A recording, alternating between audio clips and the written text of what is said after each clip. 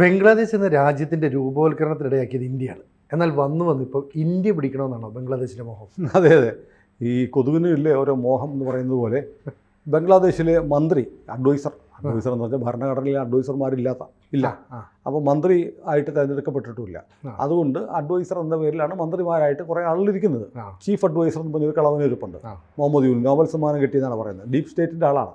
ഇപ്പോൾ Elon Musk ഇന്നലെ പറഞ്ഞിട്ടുണ്ട് ഒരു പ്രസ്താവന, വളരെ ശ്രദ്ധേയമായ ഒരു പ്രസ്താവന. ഇലോൺ മസ്ക് ട്രംപിൻ്റെ റൈറ്റ് ഹാൻഡ് ആണല്ലോ, ട്രംപിന് വേണ്ടി കൂടെ നിൽക്കാൻ ആകെ ഉണ്ടായിരുന്നത് ഇലോൺ മസ്ക് ആയിരുന്നു.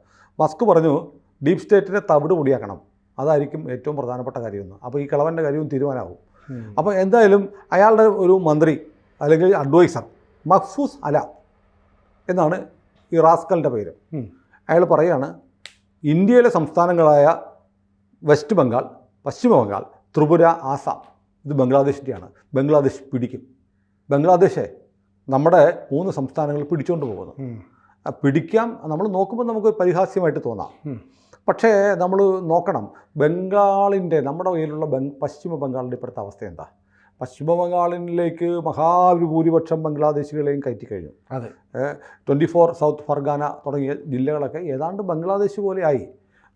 മമതയാണെങ്കിൽ അവരെയൊക്കെ വല്ലാതെ കേറ്റർ ചെയ്ത് ഇങ്ങനെ സംരക്ഷിച്ചുകൊണ്ടിരിക്കുകയാണ്. CPM തുടങ്ങിയതാണ് ബംഗ്ലാദേശിൽ നിന്നുള്ള ആളുകളെ മുഴുവൻ, നുഴഞ്ഞുകയറ്റക്കാരെ മുഴുവൻ ഇന്ത്യയിലേക്ക് കൊണ്ടുവന്ന് അല്ലെങ്കിൽ വന്നവരെയൊക്കെ സംരക്ഷിച്ച് അവർക്ക് ആധാർ കാർഡും റേഷൻ കാർഡും വോട്ടർ ID ഒക്കെ ഉണ്ടാക്കി കൊടുത്ത് വോട്ടർമാരാക്കി മാറ്റി.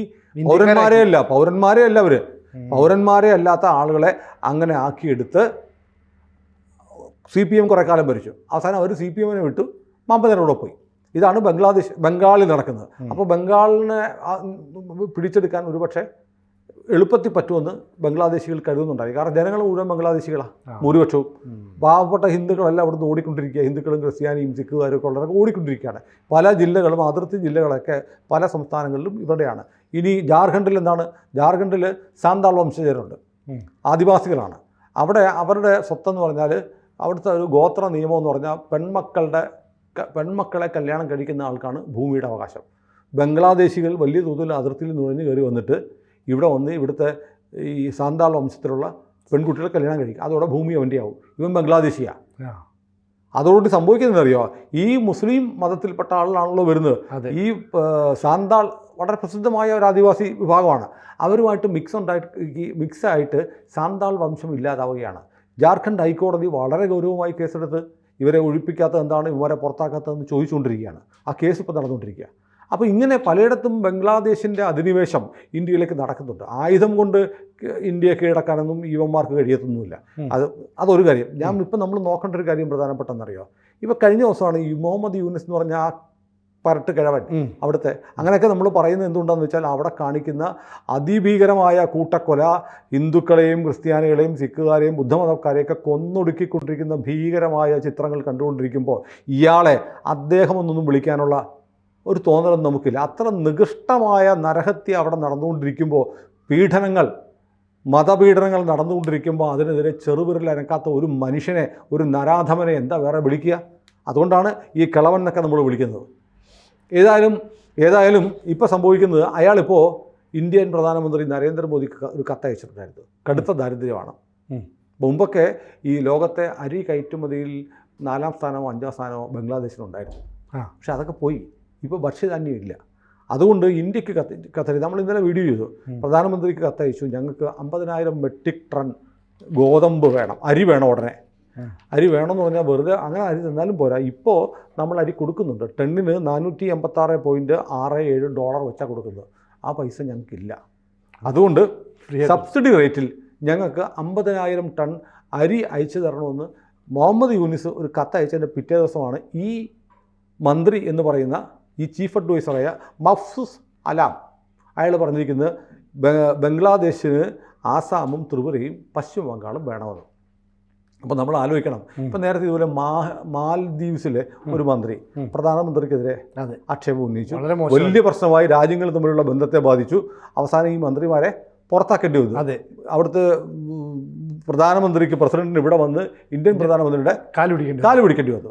അപ്പോൾ നമ്മൾ മന്ത്രിമാരൊക്കെ ആയിട്ടിരിക്കുന്ന ആളുകൾക്ക് അവർ ഇൻ്റർനാഷണൽ ഡിപ്ലോമസിയുടെ ഭാഗമായി രാജ്യതന്ത്രജ്ഞത എന്ന് പറയുന്ന സാധനം വേണം, ഔചിത്യബോധം വേണം, ഔചിത്യബോധം വേണം. എന്തൊക്കെ പറയാം എന്തൊക്കെ പറയാൻ പാടില്ല എന്നുള്ള ഒരു ബോധ്യം വേണം. ഇപ്പോൾ നമ്മൾ ഇത് പുതിയ കാര്യമൊന്നുമല്ല, കുറച്ച് നാളായി ബംഗ്ലാദേശിലെ ആളുകൾ നമ്മുടെ ഇവിടെ ടിക്ടോക്ക് നിരോധിച്ചിരിക്കുകയാണല്ലോ. അതെ, ചൈനീസ് പ്രോഡക്റ്റ് ആയതുകൊണ്ട് ടിക്ടോക്ക് നിരോധിച്ചിരിക്കുന്നത്. പക്ഷേ ടിക്ടോക്കിലൂടെ ബംഗ്ലാദേശിലെ ഈ ജമാഅത്തെ ഇസ്ലാമി, ഈ പൊളിറ്റിക്കൽ ഇസ്ലാം വർഗീയവാദികൾ പറഞ്ഞുകൊണ്ടിരിക്കുന്നത് ഇന്ത്യ പിടിക്കണം, ചെങ്കോട്ടയിൽ ബംഗ്ലാദേശിൻ്റെ കൊടികയറ്റണം, ഹിന്ദുക്കളെ മുഴുവൻ കൊല്ലണം, മോദിയെ കൊല്ലണം, അമിത് ഷായെ കൊല്ലണം, യോഗിയെ കൊല്ലണം. കഴിഞ്ഞ ദിവസം പറഞ്ഞില്ലേ, യോഗിയെ കൊല്ലണം എന്ന് പരസ്യമായി പറഞ്ഞൊരുത്തനെ ഡൽഹിയിൽ നിന്ന് അറസ്റ്റ് ചെയ്തു, കഴുത്ത് വെട്ടും, കുർബാനി നടത്തും എന്നാണ് പറഞ്ഞത്. അപ്പോൾ ഇങ്ങനെയൊക്കെ പറയുന്ന വീഡിയോകൾ ടിക്ടോക്കിലൊക്കെ വലിയ തോതിൽ പ്രചരിക്കുന്നുണ്ട്. അത് പിന്നെ വിവരമില്ലാത്ത മതഭ്രാന്തന്മാർ പറയുന്നതാണെന്ന് കരുതാം. പക്ഷേ ഒരു മന്ത്രി സ്ഥാനത്തിരിക്കുന്ന ഒരാൾ ഒരു അയൽ രാജ്യത്തിൻ്റെ 3 ജില്ലകൾ ബംഗ്ലാദേശ് പിടിച്ചെടുക്കണം എന്നൊക്കെ പറയുന്നത് വളരെ കടന്നു കൈയാണ്. കാരണം അതിൽ നിന്ന് മനസ്സിലാവുന്നറിയാം, അവിടെ ഈ മന്ത്രിസ്ഥാനത്ത് അല്ലെങ്കിൽ അഡ്വൈസർമാരായിരിക്കുന്നവർക്ക് രാഷ്ട്രീയം അറിയത്തില്ല, ഇൻ്റർനാഷണൽ റിലേഷൻസ് അറിയത്തില്ല, ഒരു വിവരവും പൊതുബോധവും ഇല്ലാത്ത ആളുകളാണ്. വെറും ഹൂളിഗൻസ് അല്ലെ, വെറും ഗുണ്ടകൾ, അതും അല്ലെങ്കിൽ തീവ്രവാദം മാത്രമുള്ള ആളുകൾ ഈ അധികാര കസേരയിൽ ഇരിക്കുന്നു എന്നതിൻ്റെ ഏറ്റവും വലിയ തെളിവാണ് ഒരു മന്ത്രി വന്നിട്ട് 3 സംസ്ഥാനങ്ങൾ ബംഗ്ലാദേശ് പിടിച്ചെടുക്കണമെന്ന് പറയുന്നത്. ഇവനെക്കൊണ്ട് ഇത് കൂട്ടിയാൽ ആലോചിക്കാൻ പറ്റുകയില്ല. അവനെക്കാട്ടി എത്ര വലിയ രാജ്യമാണെങ്കിലും ചിന്തിക്കാൻ പറ്റാത്ത കാര്യമാണ്. അപ്പോൾ ഇതൊക്കെ മന്ത്രിസ്ഥാനത്ത് അഡ്വൈസർ എന്ന് പറയുന്ന പോസ്റ്റിൽ ഇരുന്നിട്ട്, മന്ത്രിസ്ഥാനത്തിന് തുല്യമായ പോസ്റ്റിൽ ഇരുന്നിട്ട് പറയുകയാണ്. അപ്പോൾ അയാൾ ആലോചിക്കേണ്ട മറ്റൊന്നും കൂടിയുണ്ട്. ഇവൻ്റെ മൂത്ത അഡ്വൈസർ ഉണ്ടല്ലോ, മറ്റേ കിളവൻ മുഹമ്മദ് യൂനുസ്, അയാൾ ഒരു അപേക്ഷ എഴുതി അയച്ചിരിക്കുകയാണ്, ഞങ്ങൾക്ക് അരി തരണം, ഞം വെക്കാൻ അരി വേണമെന്ന് അപേക്ഷ അയച്ചതിന് പിറ്റേ ദിവസം ഇയാളിത് പറയുന്നു. അപ്പം മുഹമ്മദ് യൂനസ് ഒരു അപേക്ഷ കൊടുത്ത് ഇയാൾ അറിഞ്ഞു കാണത്തില്ല, ഒന്നും തമ്മിലൊരു ഐക്യമൊന്നുമില്ല, വെറുതെ കുറേ ആളുകൾ മന്ത്രിയാണെന്നും പറഞ്ഞിരിക്കുന്നു, അല്ലെ അഡ്വൈസറാണെന്നും പറഞ്ഞിരിക്കുന്നു, ഒരു രാജ്യം അങ്ങനെ പൊയ്ക്കൊണ്ടിരിക്കുകയാണ്. അപ്പോൾ കുറേ കാലമായി ഇന്ത്യ വിരുദ്ധമായ നിലപാടുകൾ ബംഗ്ലാദേശ് എടുത്തുകൊണ്ടിരിക്കുക. കാരണം ഈ ബംഗ്ലാദേശ് എന്ന് പറഞ്ഞ രാജ്യം ഉണ്ടാക്കിയത് തന്നെ ഇന്ത്യ ഇവന്മാരെ വലിയ തോതിൽ 1970കളിൽ പാകിസ്ഥാൻ വല്ലാതെ ഉപദ്രവിച്ചുകൊണ്ടിരുന്നു. ഇപ്പോൾ 100 കണക്കിന് 1000 ഇവന്മാരുടെ സ്ത്രീകളെയാണ് പാകിസ്ഥാനികൾ ബലാത്സംഗം ചെയ്തത്. അതിൽ നിന്ന് രക്ഷിക്കാൻ വേണ്ടി അവരുടെ നിലവിളി കേട്ടിട്ടാണ് ഇന്ദിരാഗാന്ധി ഇന്ത്യൻ സൈന്യത്തെ വിട്ടത്.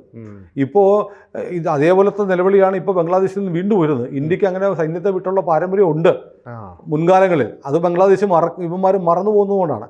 അങ്ങനെ പോയിട്ട് ആണ് ഈ കിഴക്കൻ പാകിസ്ഥാനെ വിഭജിച്ച് ബംഗ്ലാദേശ് ഉണ്ടാക്കുന്നത്. അതിനുശേഷം പാകിസ്ഥാനുമായിട്ട് നല്ല ബന്ധമായിരുന്നില്ല.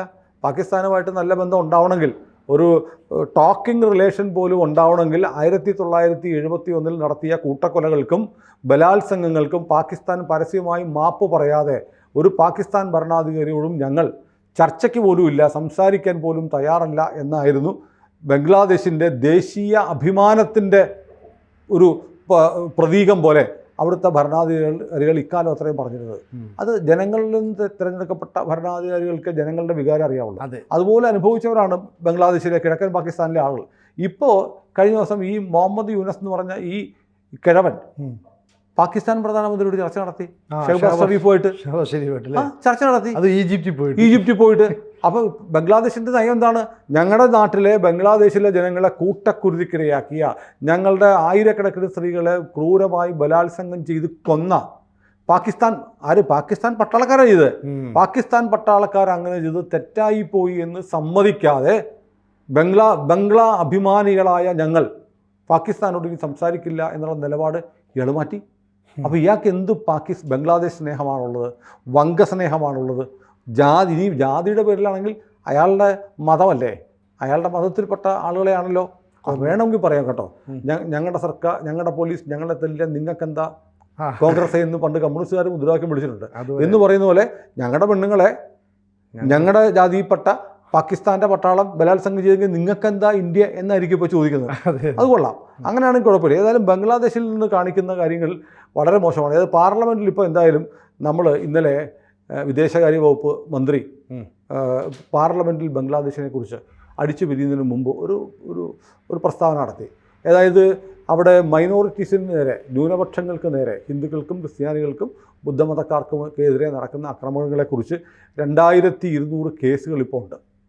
അവിടെ പ്രധാനപ്പെട്ടമായ ജഗന്നാഥൻ ടെമ്പിൾ ഢാക്കയിലാണ്, തന്തി ബന്ധൻ പൂജാ മണ്ഡപ്, ജോഷേശ്വരി കാളി മന്ദിർ തുടങ്ങിയ അതിപ്രശസ്തമായ ദേവാലയങ്ങൾ അഗ്നിക്കിരയാക്കി എന്നൊക്കെ പറഞ്ഞൊരു പ്രസ്താവന ഇന്ത്യ ഗവൺമെൻറ് നമ്മുടെ പാർലമെൻറ്റിൽ നടത്തിയിട്ടുണ്ട്.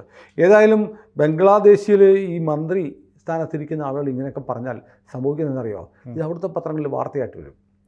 അവിടുത്തെ പത്രങ്ങളിൽ വാർത്തയായിട്ട് വരുമ്പോൾ ഇന്ത്യ തന്നെ, ഡൽഹി തന്നെ പിടിച്ചെടുക്കണം എന്ന് പറയുന്ന ഈ ജമാഅത്തെ ഇസ്ലാമിയുടെ മതഭ്രാന്തന്മാരുണ്ടല്ലോ, ബംഗ്ലാദേശ് ജമാഅത്തെ ഇസ്ലാമിയുടെ, അവന്മാർക്ക് കൂടുതൽ ഒരു ബോധവുമില്ല, വിവരമില്ലാത്തവന്മാരാണ്. അവന്മാർക്ക് വീണ്ടും കലിപ്പ് കയറും. അവന്മാരെന്ത് ചെയ്യും? ചിലപ്പോൾ അതിർത്തിയിലേക്കൊക്കെ വന്ന് ഇന്ത്യ നമുക്കെന്താ പോയി ഇന്ത്യ പിടിച്ചേക്കട്ടാന്ന് പറഞ്ഞ് ഓടി വരും.